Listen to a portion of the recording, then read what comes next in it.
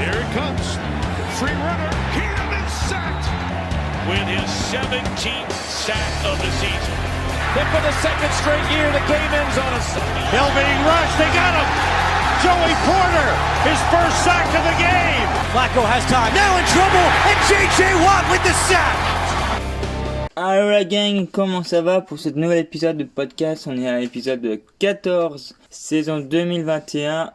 Et on va tout de suite sur une nouvelle preview. Et pas n'importe laquelle, c'est l'AFC Nord. Et oui, l'AFC Nord est sûrement une des divisions les plus compétitives, ou qui devrait encore être très compétitive cette année. Est-ce la meilleure de la ligue? Peut-être pas, mais une des meilleures à coup sûr.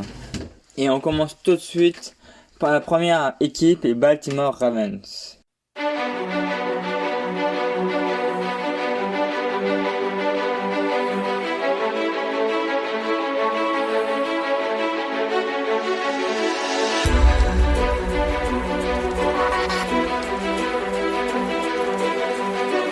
Audio Hub Preview. Et oui, les Baltimore Ravens avaient terminé avec un bilan de 11 victoires pour 5 défaites après un début de saison un peu compliqué quand même pour cette équipe qui a dû revenir un peu sur leur base, c'est-à-dire attaque à la course, et des questions subsistent d'ailleurs par rapport à ça, on en va en parler un peu plus tard. Donc ils ont perdu en playoff comme on le sait au second tour, sans grosse surprise j'ai envie de dire, avec toujours les mêmes problèmes, donc le QB, le poste de QB et Lamar Jackson. Donc cette équipe a commencé d'ailleurs cette free agency par restructuration de Marcus Peters et le départ de Matt Judon qui est un très bon linebacker qui va être parti chez les Patriots. Mais il y a Tyus Bonzer qui a été dans le même poste un peu gardé, qui a été prolongé plutôt. Derek Wolfe a aussi été gardé, donc ça, vraiment les pièces maîtresses quand même de l'ensemble ont été gardées hors Matt Judon, c'est ce qu'il faudra retenir d'abord de cette free agency. Mais ils ont pris en plus Kevin Zeitler, mais ils ont échangé Orlando Brown, le left tackle, qui avait fait une très grosse saison. Mais avec le retour de blessure de Stanley, ils l'ont changé parce qu'il y avait deux gars pour le même poste un peu et il y avait des économies à faire à ce côté-là. Donc voilà, de ce côté-là. Le receveur Sam Atkins a signé un contrat d'1 an aussi. Et ils ont pris l'option de la 5e année sur Lamar Jackson. Lors du repêchage, du coup, ils avaient deux premiers choix de draft parce qu'ils ont occupé un premier choix avec Orlando Brown, le trade de Orlando Brown. Donc c'était Rashad Bateman qui a été pris, le receveur. Il sera accompagné dans la dernière journée de Tyon Wallace au même poste. Après, c'est Odafe Oweh qui a été pris, le deuxième choix en fin de premier tour. Qui, lui, doit remplacer Matt Judon. C'est du poste pour poste sur Matt Judon. Voir s'il va être aussi bon. Ben Cleveland a été pris au poste de guard. Brandon Stephen et John White ont été pris au poste de cornerback. Bon, après, John White devrait glisser au poste de safety. Après la draft, du coup, il manquait un tackle après la draft, un red tackle. Ils ont pris Leandro Villanueva qui a fait sa carrière en left tackle chez les Pittsburgh Steelers. Mais là, en fin de carrière, qui repasse à droite n'est pas une mauvaise idée. Ça, c'était dans les tuyaux, même avant la draft d'ailleurs. Donc, qu'est-ce qu'on peut retenir de cette intersaison, c'est que on donne vraiment toutes les armes à Lamar Jackson au poste aérien. On a vraiment forcé au poste aérien et après on a comblé un peu les vides en défense. Bon, la défense ça devrait toujours rester la même, l'année prochaine elle devrait toujours être aussi compétitif. Mais il y a une certaine pression qui est mise sur Lamar Jackson. On a mis une 5e année, pour l'instant on parle pas trop de prolongation de contrat. Un peu, mais il sera pas prolongé avant le début de saison normalement. Est-ce qu'on a commencé à avoir des doutes pour ce joueur? Moi, vous connaissez mon idée et c'est mon facteur X pour cette équipe. On sait qu'ils vont aller en playoff, cette équipe. Moi, j'avais mis un bilan de 11 victoires pour 6 défaites. Bon, sur le bilan, vu qu'il y a un match en plus, j'ai mis une défaite en plus. Dieu, ils ont quand même un calendrier difficile, surtout une division difficile. Mais on les verra en playoff. Et pour moi, mon facteur X, ça reste Lamar Jackson. Est-ce qu'il va être capable de porter cette équipe, et notamment à la passe en playoff? Parce que pour l'instant, on sait qu'il est capable de courir. On a vu que la dernière saison, ils ont essayé de passer un peu plus à la passe en début de saison. Ça n'a pas du tout marché. Ils sont revenus aux fondamentaux pour aller chercher les playoffs parce que c'est toujours le plus important. Mais ça, c'est peut-être le MVP, ancien MVP en 2018. Mais personnellement, je trouve vraiment... Moi, je crois pas trop en lui. Je pense qu'il est trop limité à la passe. C'est pas un vrai QB, c'est un coureur. Donc c'est ça pour cette équipe. Donc moi, j'ai vraiment du mal à croire cette équipe. Et moi, je vois encore un échec en playoff pour cette équipe lors de la prochaine saison pour les mêmes raisons. Il progresse, je dis pas le contraire, trop limité. Après, je peux encore me tromper, il est encore jeune, donc on verra. On peut passer maintenant à la seconde équipe dans cette division, c'est Cincinnati Bengals.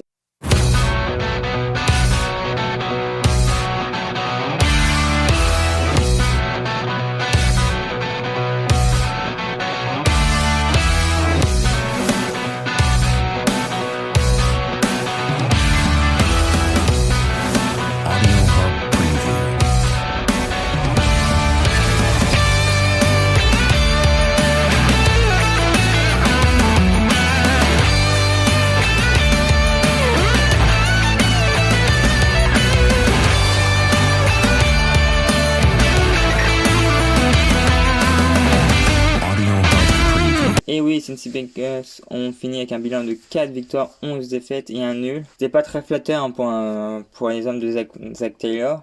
Mais le contenu, ce qui était intéressant avec cette équipe, c'était un Joe Burrow vraiment intéressant avant qu'il se blesse lors de sa saison rookie. C'est vraiment dommage, il avait fait quand même 10, 11 matchs et il avait montré vraiment des choses intéressantes. Il avait vraiment porté cette attaque comme un vrai QB. Donc ils sont arrivés avec cette free agency avec beaucoup de cap space, mais ils ont priorisé d'abord la defensive line avec Trent Hendrickson, defensive end, et Larry Ogunjobi, defensive tackle. Le poste de cornerback a été considéré aussi avec Eli Apple et Chilobi Ayuzu. Riley Reiff arrive pour un an aussi. Mais surtout dans la draft, c'est intéressant avec Jamar Chase qui arrive. Jackson Carman aussi arrive au second tour de la draft en tackle. Après, on est sur la ligne défensive à Joseph Osei et Cameron Sample. Derrière Shelvin, sur la dernière recrue de poids avec poste defensive tackle. Après il y a d'autres postes aussi, mais vraiment secondaires en poste de tackle et de poste de guard. Pour cette équipe, il faut une progression cette année, que ce soit dans le contenu ou dans le bilan. Moi je mets juste un bilan de 5 victoires pour 12 défaites parce que je suis un peu inquiet quand même. Leurs QB ont été blessés dès sa première année l'année dernière. Ils ont renforcé la ligne offensive, mais je trouve pas assez de façon prioritaire à mes yeux. Ça aurait dû être le grosse priorité, ça n'a pas été le cas. Après les choix,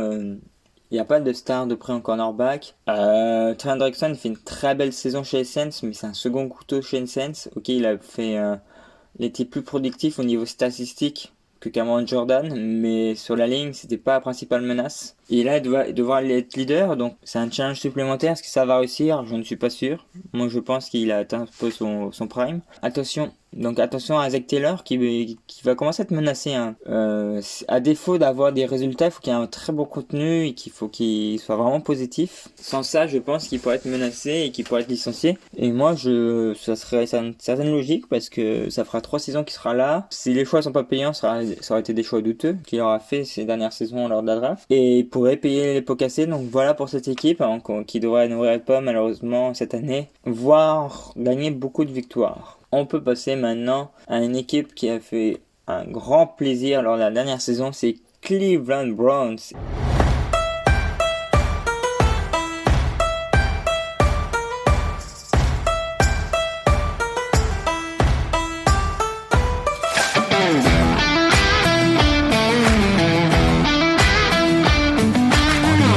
Et oui, l'équipe de Cleveland est revenue aux affaires après des années noires en retrouvant les playoffs après un bilan de 11 victoires pour 5 défaites lors de la saison régulière et une demi-finale de conférence perdue face aux Kansas City Chiefs, mais dans une dramaturgie incroyable, je sais pas si vous vous en souvenez. En tout cas, j'ai beaucoup aimé leur intersaison au Cleveland. Ils ont d'abord pris un strong safety, John Johnson, qui était libre de tout contrat après ses saisons avec les Rams. Après beaucoup de contrats courts avec Tarkaris McKinley, defensive end, Rashard Higgins, qui re-signe receveur, et surtout Yadevon Clowney, defensive end. Ça sent vraiment bon. Puis après, les Browns ils vont aller sur la draft, mais avant ça ils vont bien sûr signer la 5e année pour Baker Mayfield et Denzel Ward. Et lors de la draft ils vont aller sur Greg Newsome, cornerback, Oyuzu Karamoa, inside linebacker, Anthony Schwartz, receveur, Tumitongi, defensive tackle. Après, il y a d'autres choix de second couteau, comme James Hudson, offensive tackle, ou Richard Lecomte, safety. Donc, c'est vraiment une bonne intersaison pour cette équipe qui a vraiment privilégié ses faiblesses, qui a priorisé ses faiblesses notamment à la défense contre la passe, qui était vraiment un problème l'année dernière, qui a vraiment fait que cette équipe n'a pas pu aller plus haut. Donc là, ce problème est résolu. Moi, je suis vraiment très enthousiaste pour cette équipe. Avec notamment John Johnson et encore un peu plus de pression, cette équipe va vraiment être encore plus forte défensivement et maintenant armée pour aller en finale de conférence et pourquoi pas aller essayer de titiller le duo Bills-Chiefs qui a l'air quand même les grands favoris cette saison encore. D'ailleurs, ce sera mon facteur X, ce sera la performance de la défense parce que s'il y a une très grosse défense, cette équipe pourra bousculer justement cette hiérarchie qui a l'air quand même solide mais qui n'est pas indéniable, on le sait tous. Et c'est vrai qu'on voit que cette équipe maintenant il y a une très grosse ligne offensive, il y a vraiment des bons receveurs. Attention d'ailleurs à Odell Beckham Jr. qui est souvent blessé, qui pourrait être tradé. Son contrat, je pense qu'il va être un peu un contrat poison. Faut espérer pour cette équipe qui revient de blessure, qui revienne bien, parce que attention aussi comment il va revenir, parce que l'année dernière on a vu que cette équipe jouait limite mieux sans lui qu'avec lui, donc attention à ça aussi.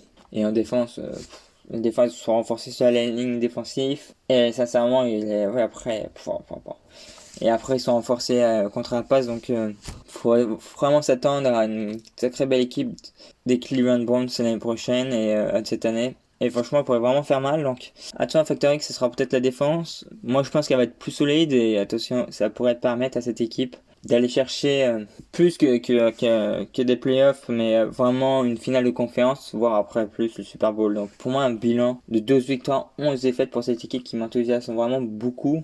Et j'ai hâte aussi voir Baker Mayfield continuer de progresser parce que c'est un QB qui ne cesse de progresser, qui a été critiqué, beaucoup critiqué à un moment donné aussi, surtout au début de saison dernière. Il faut pas oublier qu'il est encore jeune et moi je le trouve ok, mais peut-être encore de régularité, mais qui monte en puissance quand même et qui petit à petit progresse. Après moi je pense que, attention aussi, comme j'ai déjà dit, Odell Beckham Jr., la situation sera surveillée pendant cette saison. Et on peut passer à la dernière équipe. Les Pittsburgh Steelers.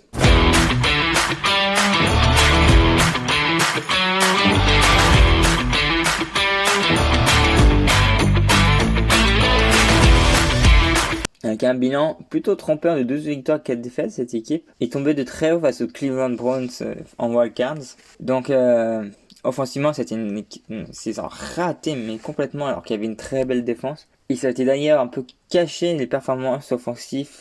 La sous-performance offensive a été cachée par la défense. Donc, changement de coach offensif, bye-bye Randy Fishner, Matt Canada est nommé nouvel offensif coordinateur. Vince McDonald prend sa retraite. Big Ben prolonge pour 1 an. Alejandro Villanueva, le left tackle, part chez les Ravens. Et Bud Dupree, outside linebacker, part aussi. Mais c'est Juju Smith-Schuster qui reste pour 1 an chez les Steelers. C'est la plus grosse satisfaction pour cette équipe, qui avait un salary cap assez serré quand même. Najee Harris est drafté au premier tour, c'était une surprise pour résoudre ce problème au jeu au sol. Dan Moore, offensive tackle, et était l'autre prospect attendu au 4e tour comme tackle pour remplacer Alejandro Villanueva. Après, il n'y a pas de Freiermuth, un tight end, ainsi que Kendrick Green, centre, qui ont été pris.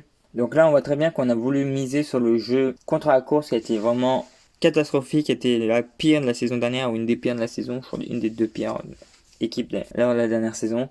Il fallait vraiment renforcer ce secteur, ce qui a été fait. Après, est-ce que ça va suffire? Je ne sais pas. Personnellement, ça sera le facteur X, forcément. C'est un jeu au sol et avec un Big Ben vieillissant. Ils ont du mal. Les dernières années, les plus belles années des Steelers, c'est quand ça marchait au sol. Parce que Big Ben est quelqu'un de très inconstant quand même, qui est capable de t'envoyer un parpaing comme qui est capable de t'envoyer un big play. Donc il a besoin d'un bon jeu au sol. Et les dernières années qu'il brillait cette équipe, il y avait un certain Le'Veon Bell. Forcément, la grosse défense sera indispensable, mais moi je m'inquiète pas trop pour ça.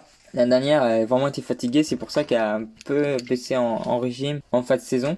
Parce qu'elle était fatiguée tout simplement. Ici, il y a une meilleure attaque qui est capable de plus monopoliser le ballon et avoir plus de fixation contre la course.